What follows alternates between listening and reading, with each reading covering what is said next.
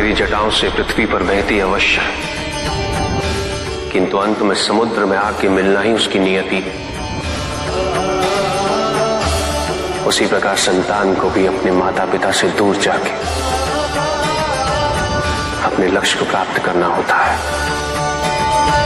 के बिना जो भी प्राप्त होता है वो शुभ नहीं होता, वो सत्य नहीं होता। किसी भी व्यक्ति की उन्नति उसकी सहजता से प्रत्यक्ष होती है, ना कि उसके अहंकार से। अहंकार हमें स्वयं की दृष्टि में बड़ा अवश्य बना देता है, किंतु दूसरे की दृष्टि में हमारा ओछापन प्रतीत होता है।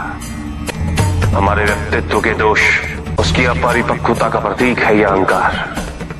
शक्तिशाली हो जाने का अर्थ ये नहीं कि तुम अपने उत्तरदायित्व से मुक्त हो गए हो। शक्तियों में वृद्धि के साथ उत्तरदायित्व और भी बढ़ जाता है। यदि हम अपनी अपेक्षाओं पर नियंत्रण पालें, किसी और के सुख से अपने सुख की तुलना ना करें, तो हम किसी भी परिस्थिति में सुखी रह सकते हैं। संसार में सबसे शक्तिशाली अस्त्र है प्रेम, धैर्य, करुणा, क्षमा। किंतु ये आज का ही सत्य नहीं, ये सत्य शाश्वत है। सुख आंतरिक होता है, संतोष आंतरिक होता है। उन्हें बाहरी तत्वों से रेखांकित और परिभाषित नहीं किया जा सकता, आकार से नहीं पाया जा सकता।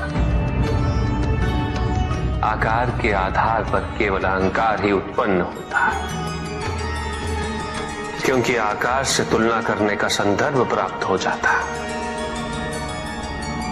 यदि तुम्हारा आकार छोटा है तो तुमसे भी छोटा कोई न कोई अवश्य होगा, और यदि उसी प्रकार तुम विशाल हो तो तुमसे भी विशाल इस संसार में कोई न कोई अवश्य होगा। इसीलिए शरीर या आकार की तुलना करना कभी भी शाश्वत सुख का आधार नहीं बन सकता। उसे भक्ति का मोह होने लगा है,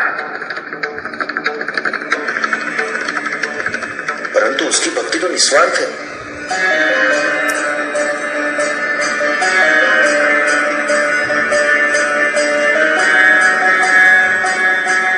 अवश्य गणेश,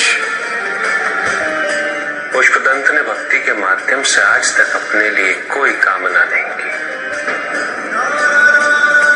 किसी भी प्रकार का लोभ नहीं है उसे, महत्वाकांक्षी भी नहीं है वो।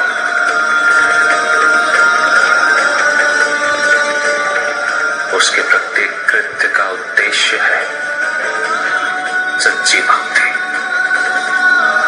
किंतु भक्ति में मोह होने से चिंता किस बात की? भक्ति का मोह भक्त का शत्रु होता है गणेश।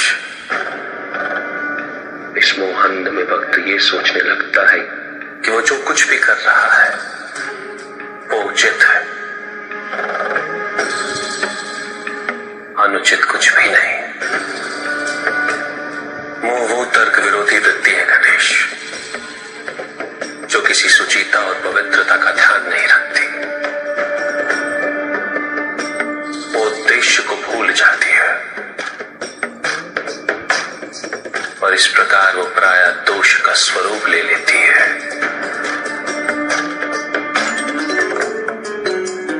भक्त को सांसारिकता की ओर ले जाती है, और सांसारिकता का आधिक्य बड़े से बड़े भक्त को तारकासुर, रावण और कुबेर में परिवर्तित कर देता है।